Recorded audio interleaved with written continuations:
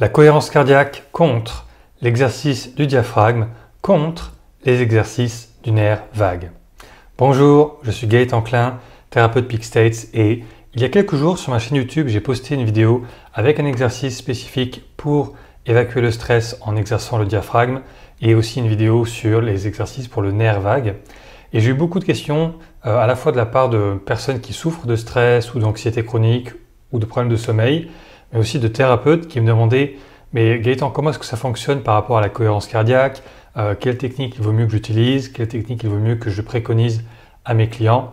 Et donc, j'ai décidé de faire cette vidéo aujourd'hui pour vous expliquer comment ça fonctionne et pourquoi ces trois catégories d'exercices sont différentes, complémentaires et comment les utiliser. Évidemment, on va parler de ça dans un cadre de stress chronique, pas dans un cadre de stress ponctuel. Vous allez comprendre pourquoi au fur et à mesure.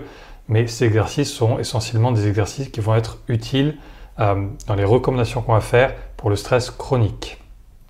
Alors allons-y. Est-ce que vous connaissez bien votre système nerveux? Le système nerveux est composé, on peut le découper en tout cas en deux branches, deux facettes qui sont complémentaires. Ce qu'on appelle le système sympathique ou parasympathique et orthosympathique, ou parasympathique. Donc le sympathique ou orthosympathique, c'est notre système qui est lié à l'accélérateur. C'est le système nerveux qui est lié à l'action. C'est celui qui nous met en mouvement. Et quand ce système est dominant, eh bien on est dans l'action et on est dans quelque chose de très actif, il y a beaucoup de mouvement.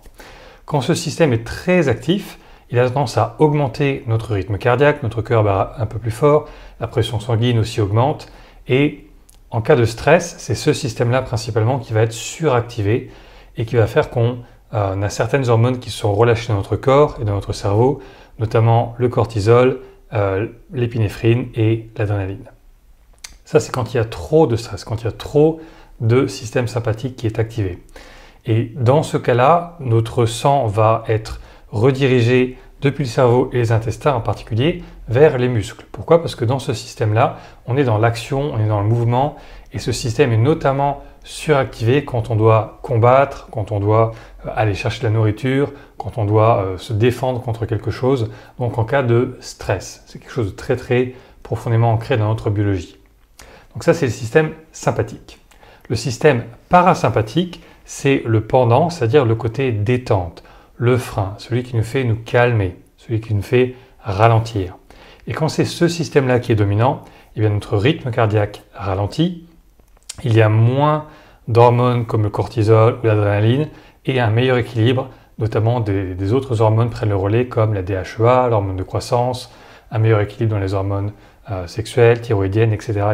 Donc c'est l'état d'équilibre quand on est plutôt dans le parasympathique. Et dans cet état-là, c'est aussi où il y a une meilleure oxygénation du cerveau, donc on pense plus clairement, et une meilleure digestion. Pourquoi? Parce que quand on est face à un stress, il vaut mieux ne pas trop penser et être plutôt dans l'action, dans la réaction en tout cas, pour se défendre, pour gérer la situation. Et notre corps dirige toutes ses ressources vers ce qui va nous permettre de nous défendre. Alors que quand on est calme et détendu, eh bien, le corps va diriger ses ressources vers là où il en a besoin, donc plutôt pour la récupération. Donc sympathique et parasympathique, c'est la base du fonctionnement du système nerveux.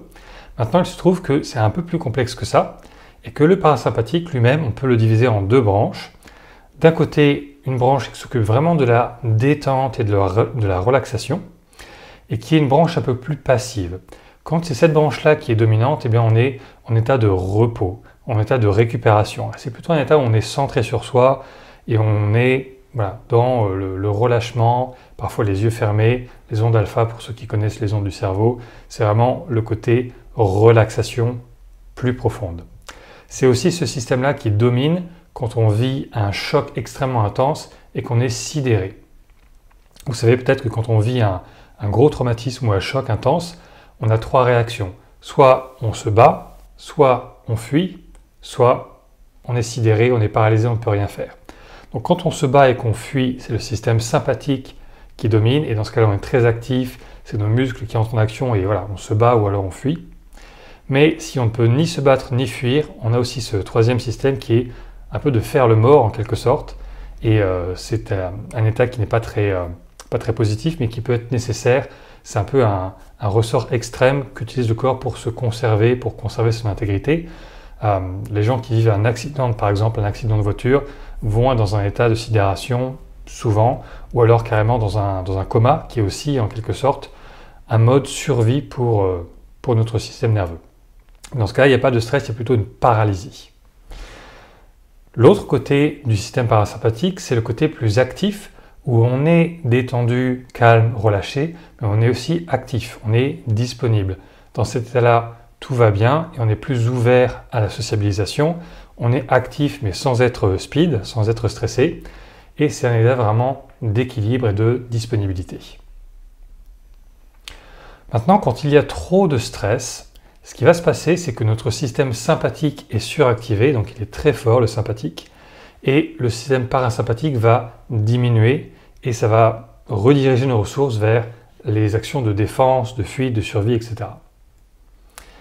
Mais heureusement, la plupart du temps, notre parasympathique reste fort et donc il remonte rapidement une fois que le stress est terminé. Une fois qu'on n'est plus en danger, qu'on est dans un endroit tranquille, qu'on est en sécurité, eh bien on va pouvoir se calmer, se détendre et progressivement, le parasympathique va à nouveau prendre le relais et on va se reposer. Donc ça, c'est quand il y a un stress ponctuel. Maintenant, le problème, c'est qu'en cas de stress chronique, il va y avoir un déséquilibre qui se crée, où le système sympathique devient suractivé et il est tout le temps fort, il est tout le temps comme si notre corps pensait qu'il devait survivre et se sentait toujours un peu en danger. C'est vraiment ça le stress chronique. Et le parasympathique va perdre son tonus, ça veut dire qu'il ne peut plus remonter et qu'on va avoir du mal à se détendre, à se calmer, à récupérer, etc., etc. Donc le stress chronique, c'est vraiment un état qui est très mauvais, très délétère pour le corps humain. On n'est pas censé vivre ça à long terme et c'est très dommageable pour différents organes, différents tissus de notre corps. Quand on a trop de stress chronique, au bout d'un moment, il va y avoir un excès de cortisol. Et le cortisol, même si c'est une hormone qui est utile pour survivre à court terme, à long terme, elle peut endommager certains organes, notamment l'amygdale, qui est une partie du cerveau très sensible et qui s'occupe de la mémoire, des émotions. Et l'amygdale peut se détériorer quand on a du stress chronique. Il peut y avoir toute une cascade de choses qui font que notre santé en pâtit. Et c'est parce que notre système parasympathique n'arrive plus à remonter, n'arrive plus à prendre le relais. Maintenant, une chose qu'il faut garder à l'esprit, c'est que cette situation, cet état n'arrive pas par hasard. Il y a toujours quelque chose qui déclenche ça. Je vais le nommer le déclencheur, même si c'est encore un peu mystérieux pour l'instant. Mais il faut garder ça en tête quand on essaie de rééquilibrer le système nerveux, c'est que ce déclencheur va avoir un rôle prépondérant et on va y revenir.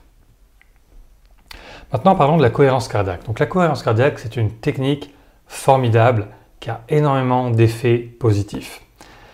C'est une technique qui permet d'harmoniser, d'équilibrer l'équilibre entre le sympathique et le parasympathique en ayant une action sur le cœur. En fait, il y a des chercheurs qui se sont rendus compte, il y a plusieurs années maintenant, plusieurs dizaines d'années peut-être même, que quand on était dans un état de stress ou d'anxiété, notre cœur ne fonctionnait pas d'une manière optimale. Notre cœur est toujours en train d'accélérer son rythme cardiaque et de ralentir le rythme cardiaque. Il n'a pas un rythme stable qui est tout le temps le même, il est toujours en train de varier. Malheureusement, cette variation, elle-même, elle peut être harmonieuse ou disharmonieuse. Et comme vous le voyez sur le diagramme en rouge, on mesure la variabilité du rythme cardiaque et on voit que cette variation est chaotique. Le cœur accélère, ralentit, accélère, accélère, ralentit, accélère, ralentit. C'est chaotique et ce n'est vraiment pas optimal.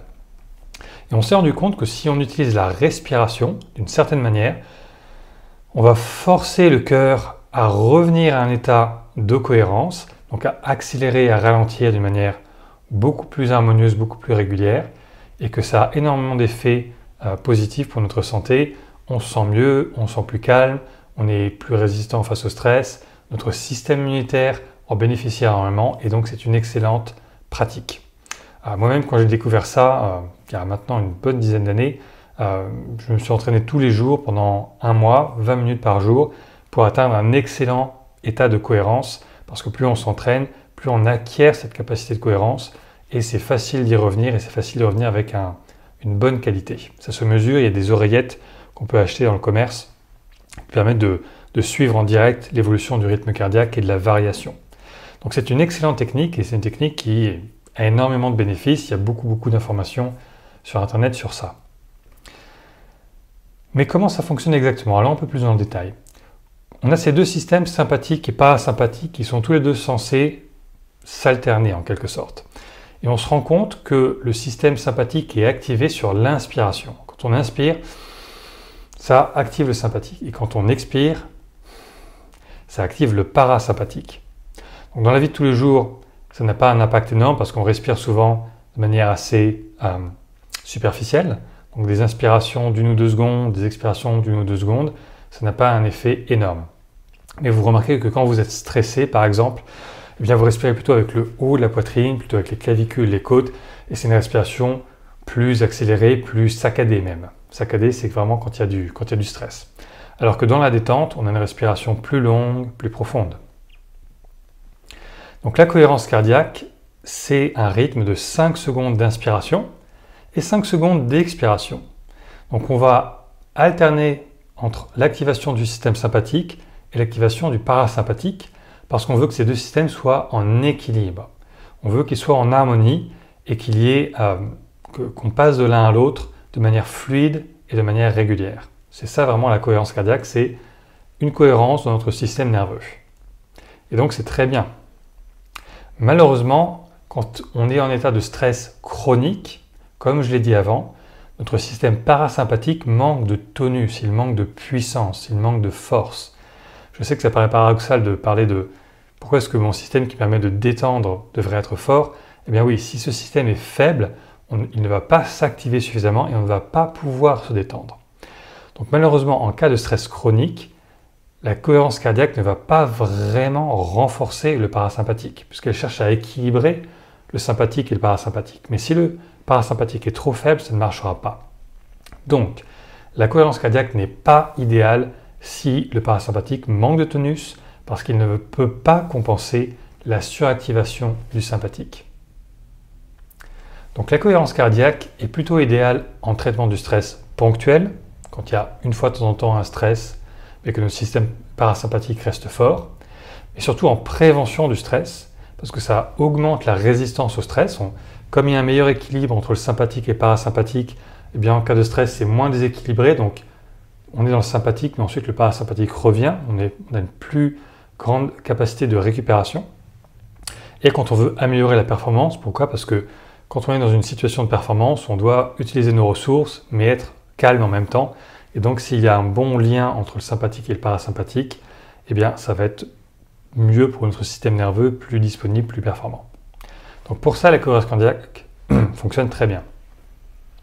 Mais en cas de stress ou d'anxiété chronique, chronique ça veut dire plus que 4 semaines. Si on est stressé tous les jours pendant 1 mois ou plus, on va parler de stress chronique.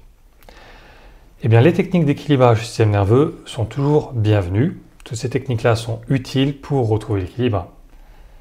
Mais elles ne règlent pas la cause du stress ou de l'anxiété, le fameux déclencheur dont j'ai parlé avant. Qu'est-ce qui crée ça? Quel est le déséquilibre dans notre vie? Quelle est l'émotion? Quel est le choc qu'on a pu vivre qui crée ça? C'est vraiment ça qu'il va falloir traiter.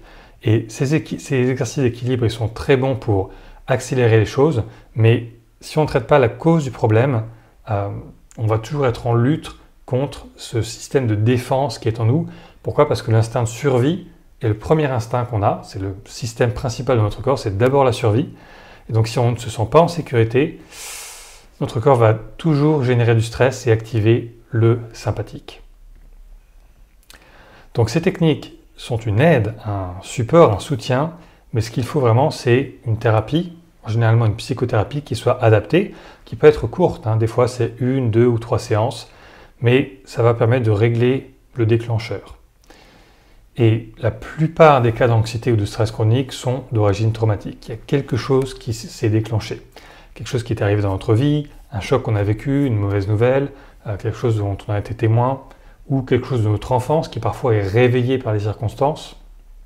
Mais il faut travailler sur les émotions si on veut vraiment se libérer du stress ou de l'anxiété chronique.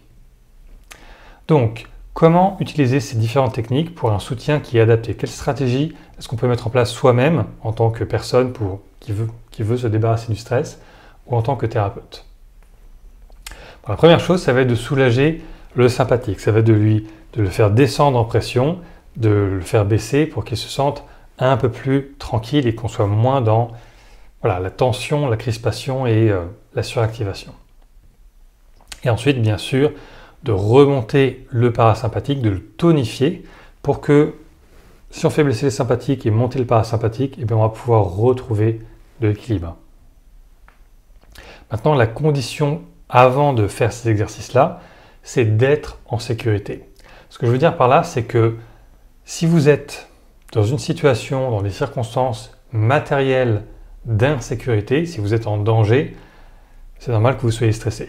Et vous n'allez pas déstresser en restant dans une situation qui est dangereuse pour vous. Donc si vous êtes dans une situation d'insécurité, la première chose à faire, c'est d'en sortir physiquement, matériellement. Ça m'arrive par exemple d'avoir des gens qui sont manipulés, qui sont sous emprise d'un conjoint qui les maltraite. Ça peut être de la maltraitance verbale, émotionnelle ou physique, ou même du harcèlement au travail par exemple. Dans ces cas-là, si tous les jours vous êtes harcelé ou violenté, eh bien, vous pouvez faire toutes les thérapies que vous voudrez, ça ne résoudra pas le problème qui est que vous êtes en danger, votre intégrité personnelle est en danger. Donc les premières choses à faire, c'est d'abord de sortir de cette situation. Je sais que ce n'est pas toujours facile, mais des fois il faut prendre une décision difficile pour se sauver. Donc n'hésitez pas à demander de l'aide à des gens qui peuvent vous aider pour vous mettre en sécurité ou à faire ce qu'il faut, même si c'est radical, même si c'est peut-être un peu violent. Mais voilà, se sentir en sécurité, c'est la première chose dont on a besoin en tant qu'être humain. Donc se mettre en sécurité matériellement, physiquement, pour pouvoir se sentir suffisamment en sécurité pour que ces techniques, que ce soit les techniques de respiration, de gestion du stress dont on parle, ou les techniques de thérapie, quelle que soit la technique d'ailleurs, tout ça ne fonctionnera que si on peut se sentir en sécurité. Maintenant, si on a cette condition qui est remplie, eh bien on va pouvoir utiliser des techniques pour soulager le sympathique et tonifier le parasympathique. Et comment est-ce qu'on fait ça? Eh bien, comme on l'a vu avant, la respiration est un des premières choses qui a une action en fait sur notre système nerveux. Et pour ça, il faut expirer plus longtemps qu'on inspire. D'accord? Parce que l'expiration, c'est le parasympathique et l'inspiration, c'est le sympathique. Donc, si on veut rééquilibrer ces deux systèmes quand ils ont été déséquilibrés par un stress chronique, le premier exercice à faire, c'est l'exercice du diaphragme, parce que c'est un exercice qui consiste à inspirer pendant 5 secondes pour remplir complètement nos poumons d'air et ensuite d'expirer le plus lentement possible. Et en s'entraînant, on va atteindre des expirations de 15 secondes, 20 secondes et même 30 secondes. Quand on expire pendant 30 secondes, on active le parasympathique 6 fois plus longtemps que le sympathique. D'accord? 5 secondes comparé à 30 secondes, c'est 6 fois plus. Et donc, ça va avoir cet effet de détente profonde et ça va faire baisser le sympathique et ça va faire remonter le parasympathique. Donc, il faut faire cet exercice pendant au moins 5 minutes. En fait, 10 minutes, ce serait mieux. Parce que ça va en quelque sorte forcer le rééquilibrage. Alors, forcer, c'est peut-être un terme un peu dur, mais dans le cas de stress chronique, c'est ce qu'il faut faire. Sinon, le système sympathique va rester activé parce que son but, c'est de survivre et c'est le premier but de notre système nerveux. Donc, il va falloir en quelque sorte forcer un petit peu ça et ensuite, on va se sentir mieux et ça va nous permettre d'aller plus loin. Donc, le premier exercice à faire en cas de stress chronique ou d'anxiété, etc., c'est l'exercice du diaphragme que j'explique en détail dans une autre vidéo. Vous allez avoir le lien quelque part. Et ça va nous permettre de retrouver un sympathique et un parasympathique qui enfin peuvent communiquer, qui peuvent s'harmoniser un peu plus. Si on revient sur comment fonctionne le parasympathique, je vous ai expliqué qu'il y a deux modes. D'abord le mode survie, relaxation, être centré sur soi, récupérer. Et ensuite le mode actif, ouvert à la sociabilisation, à l'équilibre et voilà, actif. Donc si on suit cette logique, vous avez compris que le premier instinct, c'est la survie. Donc il faut d'abord que le système de la relaxation soit tonique, c'est-à-dire qu'on puisse se relaxer. Donc l'ordre idéal, ça va être de suivre ce fonctionnement de notre système nerveux et d'aller de la survie jusqu'à la performance en passant par l'adaptation, l'équilibre. Donc d'abord survie et relaxation, ensuite adaptation et ouverture, et ensuite travailler sur l'équilibre à plus long terme. Donc ça veut dire que l'ordre idéal, c'est d'abord de la relaxation profonde, ensuite on va pouvoir tonifier le côté plus actif du système parasympathique, et ensuite travailler sur l'équilibre entre sympathique et parasympathique. Donc d'abord le diaphragme, ensuite le nerf vague, et ensuite la cohérence cardiaque en général. Donc comment on fait avec un peu plus de détails? Pour la relaxation profonde, il y a plusieurs manières en fait d'atteindre cette relaxation profonde. L'exercice du diaphragme est fondamental parce que la respiration, c'est ce qui a le premier impact sur notre système nerveux. Si on a une respiration qui est haute et saccadée, on ne va pas pouvoir se détendre. Donc il faut d'abord agir sur ça. Donc l'exercice du diaphragme est, à mon sens, une des premières choses qu'on devrait tester. Il y a des exercices de relaxation progressive où on va chercher à progressivement relaxer tous les muscles de notre corps, un peu comme une sorte d'auto-hypnose ou comme la sophrologie aussi souvent le fait. Il y a plein de vidéos sur internet qui enseignent ça, donc je vous laisse chercher. L'idée, c'est vraiment de pouvoir détendre tous les muscles du corps en mettant notre conscience à ces différents endroits. Les massages peuvent aussi être très utiles pour se relaxer. Pourquoi? Parce que parfois les tensions ont été tellement accumulées en termes de tension musculaire que les muscles sont crispés et les muscles peuvent contenir ce qu'on va appeler dans notre jargon des cuirasses musculaires. Une cuirasse musculaire, c'est quand on a vécu des émotions négatives et que pour se protéger, notre corps se crispe. Et parfois le corps est tellement crispé qu'il va garder une tension qui est liée à une émotion et qui ne se relâche jamais vraiment complètement. Ça vous est peut-être déjà arrivé de voir des gens qui étaient tellement nerveux qu'ils étaient toujours un peu speed ou toujours très toniques, mais qui en même temps paraissaient épuisés ou n'avaient pas l'air d'être en très bonne santé. Et bien souvent, c'est parce qu'ils ont toute cette tension nerveuse qui ne se relâche jamais vraiment complètement. Donc les massages sont très utiles pour ça. Il y a différents types de massages qui sont plus ou moins appropriés. Par exemple, l'ostéopathie, souvent on va avoir des techniques de massage pour travailler sur ça. Et il y a aussi des méthodes de thérapie qui ciblent spécifiquement ces cuirasses musculaires. Donc c'est très utile quand on n'arrive pas à se détendre avec la relaxation progressive ou avec l'exercice du diaphragme.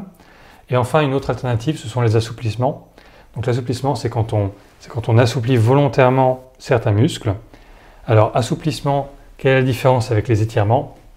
Les étirements, c'est ce qu'on fait après le sport, quand on a travaillé un muscle pour l'étirer pour qu'il revienne à sa forme normale. Mais l'assouplissement, c'est quand on va plus loin et qu'on veut vraiment assouplir durablement le muscle. Et pour ça, il faut le faire plus longtemps.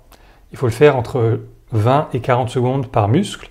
Pourquoi? Parce que quand on étire le muscle, d'abord, il y a un réflexe de tension, parce que le muscle essaie de se protéger. Et pour que ce réflexe-là se relâche, eh bien, il faut un peu de temps. Il faut y aller doucement et donc faire des assouplissements, ça prend du temps. Ça prend entre 20 et 40 secondes pour arriver à un vrai assouplissement, un vrai relâchement du muscle. Une autre alternative à ça, c'est le yoga.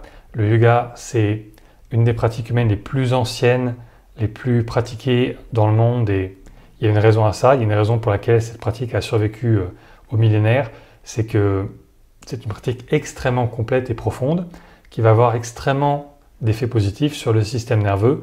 On va travailler les assouplissements en yoga, mais on travaille aussi d'autres choses. On travaille la respiration et plein de choses qui sont excellentes pour la santé du système nerveux. Donc c'est toujours une pratique que je recommande. En plus, c'est accessible à tout le monde, quel que soit votre niveau de forme physique. Vous pouvez faire du yoga. Il y a des yogas plus toniques et des yogas plus relaxants. Donc il faut tester et voir ce qui pourrait vous convenir. Voilà pour la relaxation. Donc choisissez un de ces exercices et pratiquez-le.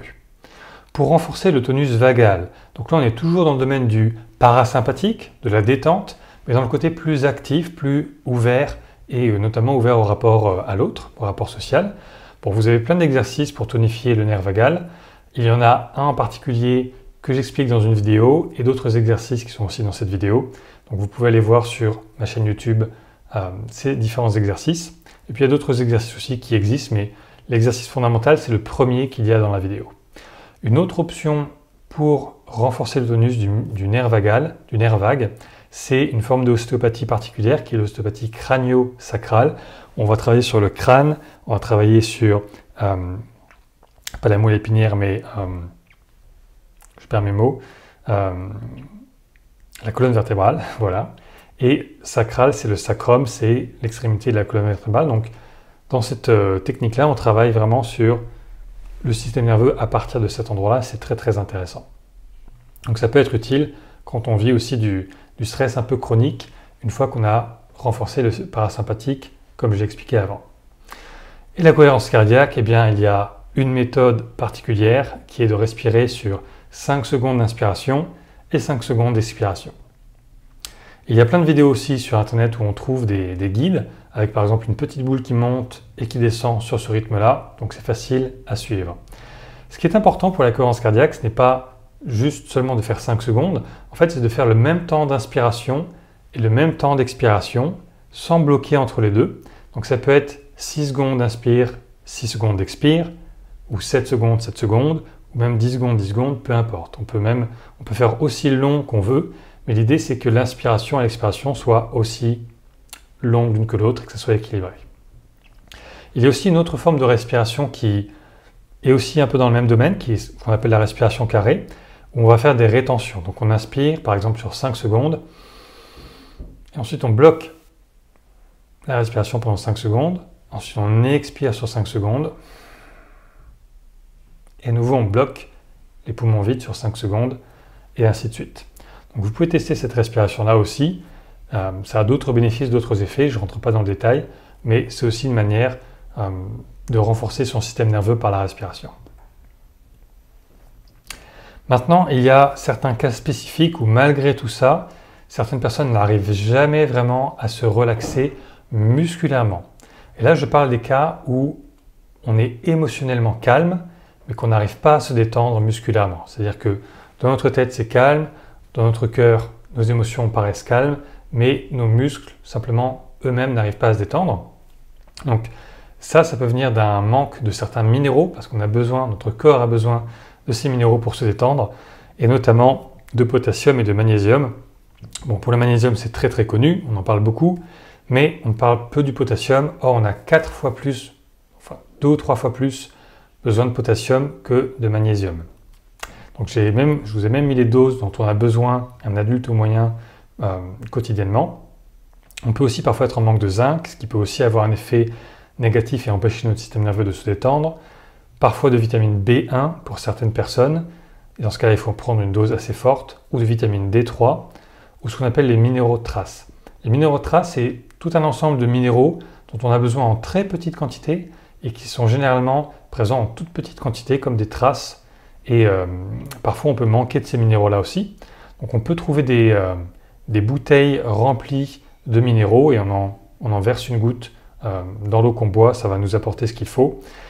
Et on peut aussi prendre des suppléments pour avoir plus de potassium, plus de magnésium, zinc, etc. Mais une manière toute simple, c'est de manger plus de légumes verts. Et il y a plein d'aliments qui sont riches en potassium et en magnésium. Et souvent, quand on n'arrive pas à se détendre, c'est qu'on ne mange pas assez de légumes, parce que c'est la source principale. Donc manger plus de épinards, avocats, salade verte, choux, etc. Tout ce qui est légumes verts contient beaucoup de potassium et de magnésium. Donc vous pouvez penser à ça. C'est notamment utile dans les troubles du sommeil, quand on n'arrive pas à s'endormir parce que le corps n'arrive pas à se détendre. Maintenant, en tant que thérapeute, ça m'est souvent arrivé d'avoir des gens qui pensaient être dans cette situation et se disaient « bah non, en fait, émotionnellement, je suis calme et c'est juste mon corps qui n'arrive pas à se détendre ». Mais en cherchant bien, il y avait en fait une émotion et un stress derrière ça. C'est normal, c'est parce que quand on vit une émotion, un stress chronique, on va avoir tendance à essayer de s'en protéger et donc à essayer de l'ignorer ou de le contenir. Seulement, si le déclencheur est toujours actif, le stress est toujours présent, même si on essaie de s'en protéger. Donc c'est ça qu'il faut résoudre, mais voilà, je pensais que c'était quand même utile de partager ces informations. Évidemment, ce ne sont pas des conseils médicaux, donc consultez votre médecin si jamais vous pensez être dans cette situation-là. Maintenant, on m'a demandé des exemples. On m'a demandé quelle stratégie est-ce que j'utiliserais moi-même en tant que thérapeute pour différentes demandes. Donc allons-y, j'ai quelques exemples à partager avec vous qui sont le fruit de mon expérience aussi. Donc imaginons quelqu'un qui soit anxieux en voiture suite à un accident. Donc dans ce cas-là, c'est un traumatisme ponctuel. La personne a vécu un choc, un accident de voiture, c'est choquant. Et donc à chaque fois qu'elle remonte en voiture, ce stress se réactive, même si elle essaie de le contenir. Voilà, elle vit cette anxiété. Dans ce cas-là, c'est vraiment ponctuel et lié au contexte d'être en voiture. Donc la personne n'est pas anxieuse en général, seulement en voiture. Et bien dans ce cas-là, je vais demander à la personne de faire l'exercice du diaphragme une fois pour être sûr que son système parasympathique fonctionne bien, mais en général c'est le cas, il n'y a pas de problème. Et ensuite je vais lui demander de faire l'exercice du nerf vague quelques fois, à chaque fois qu'elle monte en voiture. Pourquoi? Parce que ça va à la fois détendre le système nerveux et la mettre dans un état de disponibilité, puisqu'elle ne doit pas être complètement relâchée. En voiture, on doit être actif, on doit être vigilant. Et ça va rééduquer en quelque sorte son système nerveux et lui remontrer que si elle est détendue et vigilante en même temps, elle peut être tranquille et elle peut être détendue sans stress et tout se passe bien. Donc c'est vraiment recréer, réamener de la sécurité dans ce contexte-là. Il n'y a pas besoin de le faire beaucoup. En général, 3, 4, 5 fois seront suffisantes. Mais surtout, ce qui est nécessaire, c'est de résoudre le déclencheur. Vous l'avez compris? Donc l'émotion négative, c'est-à-dire le choc émotionnel que la personne a vécu. Donc là, très simplement, j'utilise des techniques comme l'EFT ou la thérapie Peak States pour résoudre cette émotion. Et c'est généralement très simple de résoudre ce genre d'anxiété. Quelqu'un qui aurait peur de parler en public. Peut-être que ça vous concerne, puisque ça concerne beaucoup de gens. Donc là, dans une situation qui est une situation de performance, donc on doit être actif et pas relâché, mais on doit être disponible, on doit avoir nos ressources disponibles. Souvent, derrière ça, il y a des choses qu'on a vécues à différents moments dans notre vie, où on a eu honte, où on s'est senti stressé, peut-être on a été brimé par un parent ou un professeur, ou alors on a vécu une humiliation, ou que sais-je. Des fois, ces événements-là sont complètement oubliés de notre conscience et paraissent anodins quand on y repense, mais notre corps, lui, il a gardé la trace de ce stress-là. Donc on va appeler ça des traumatismes, même si le terme peut paraître un peu fort. Et il y a souvent une pression intérieure. On se met soi-même la pression d'être performant, et donc on essaie de lutter contre le stress. Et lutter contre soi-même, ce n'est jamais très productif, n'est-ce pas? Et prenons l'hypothèse que la personne n'est pas anxieuse par ailleurs. Donc dans ce cas-là, si elle n'est pas anxieuse par ailleurs, son système parasympathique probablement fonctionne bien. Donc je vais quand même lui demander de faire l'exercice du diaphragme mais une seule fois, ou plus si elle le veut, mais une seule fois sera nécessaire, et ensuite de pratiquer certains exercices, notamment pour renforcer le nerf vague, à chaque fois qu'elle parle en public. Pourquoi? Parce que c'est très rapide à faire, ça prend 1 ou 2 minutes, et ça va automatiquement réactiver le système d'être à la fois détendu et à la fois actif et disponible. Et puis, je vais aussi apprendre à cette personne à pratiquer la cohérence cardiaque. Je vais lui demander de le faire régulièrement pendant 1 mois pour construire une base, une fondation d'équilibre du système nerveux, et ensuite de le faire seulement de temps en temps, et ça devrait être beaucoup plus facile pour cette personne d'être disponible, d'être dans ses ressources, d'être calme, et en même temps d'être active, créative quand elle parle en public.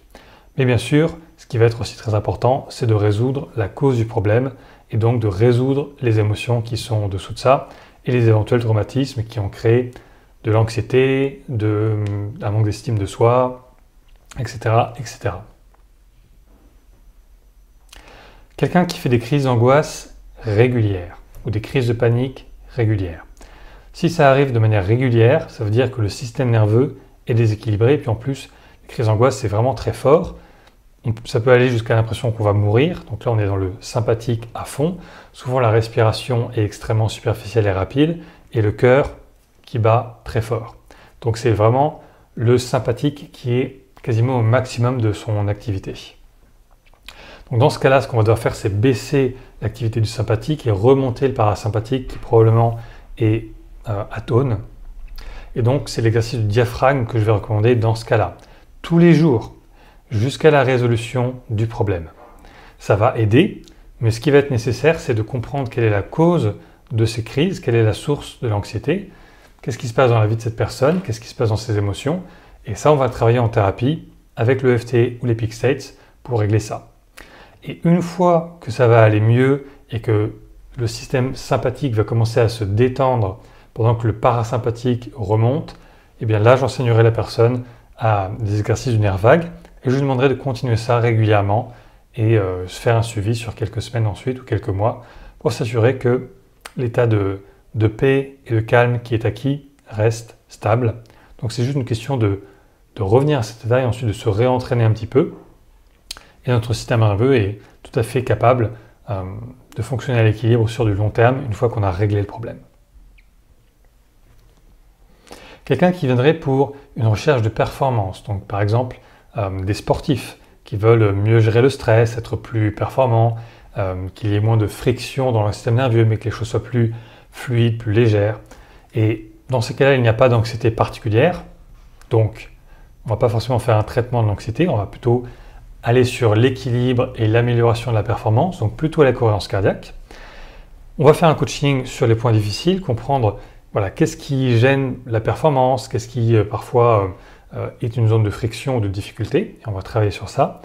Et puis aussi, on va utiliser la thérapie Peak State sur des choses plus profondes qui sont liées à nos ressources, notre capacité à avoir une psychologie gagnante, tout simplement, si on prend le cas du sport, mais ça peut s'appliquer à plein d'autres domaines, la performance artistique, la disponibilité dans un métier de relation d'aide, bon, que sais-je, il y a plein de situations. Mais de toute manière, quand on veut être actif et performant sans stress, il va falloir à la fois apprendre à être dans cet état de cohérence et d'efficacité et travailler sur ce qui nous empêche de réussir. Et très souvent, ce qui nous empêche de réussir, c'est des problèmes d'estime de soi, des petites phrases négatives qu'on a entendues et qui sont restées, et des choses qu'on a en nous qui nous empêchent d'être en expansion et de vraiment vivre ce qu'on est censé vivre, et donc de donner le meilleur de nous-mêmes. Donc, pour ça, la thérapie Peak State va être très appropriée. Pour les troubles du sommeil, alors j'ai fait une vidéo complète sur le sujet, donc je ne rentre pas dans le détail, mais je vais d'abord enseigner à mon client l'exercice du diaphragme pour amener de la relaxation, parce que c'est de ça dont on a besoin. On a besoin de profondément se détendre, ce qui amène naturellement vers le sommeil. Donc l'exercice du diaphragme tous les soirs avant de s'endormir. Et puis on va traiter l'origine spécifique des troubles avec le l'EFT ou Peak State.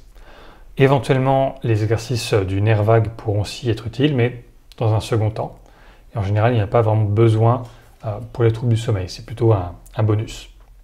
Maintenant, prenons quelque chose d'un peu plus compliqué. Prenons l'exemple de quelqu'un qui vit de l'anxiété générale.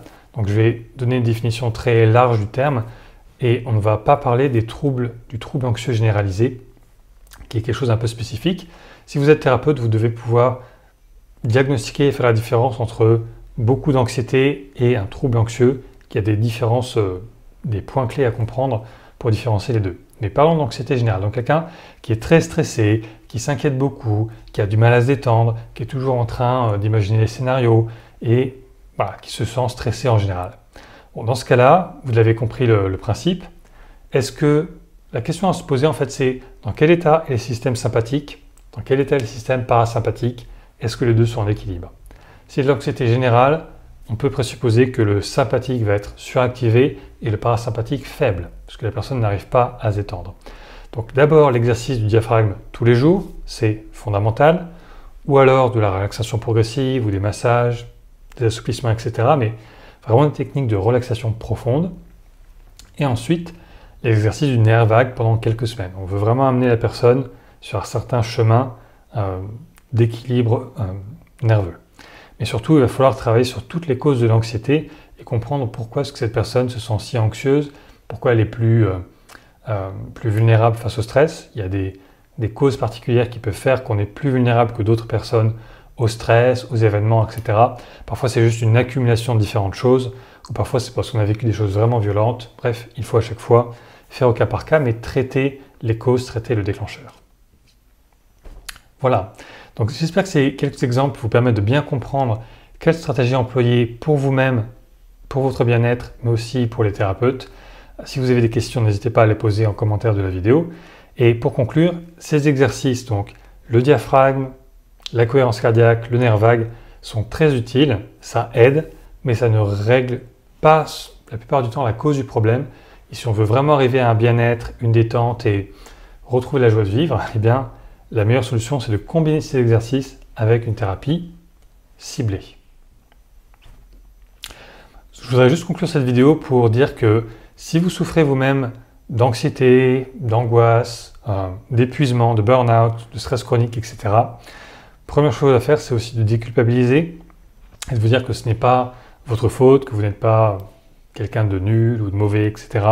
Ça arrive à tout le monde en fait l'expérience, au moins une fois dans sa vie, c'est garanti. Je ne connais personne qui n'a jamais vécu de stress chronique à certains moments ou des petits moments d'angoisse, etc. ou des gros moments d'angoisse.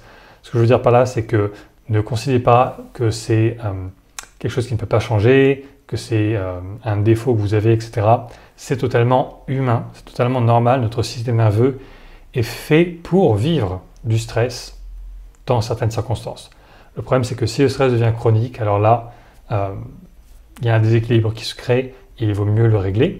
Et pour cela, n'hésitez pas à trouver de l'aide. Demandez, parlez-en autour de vous, demandez à des gens de vous aider, contactez un thérapeute, pratiquez les exercices et ne restez pas seul avec ça parce qu'on peut vraiment en sortir.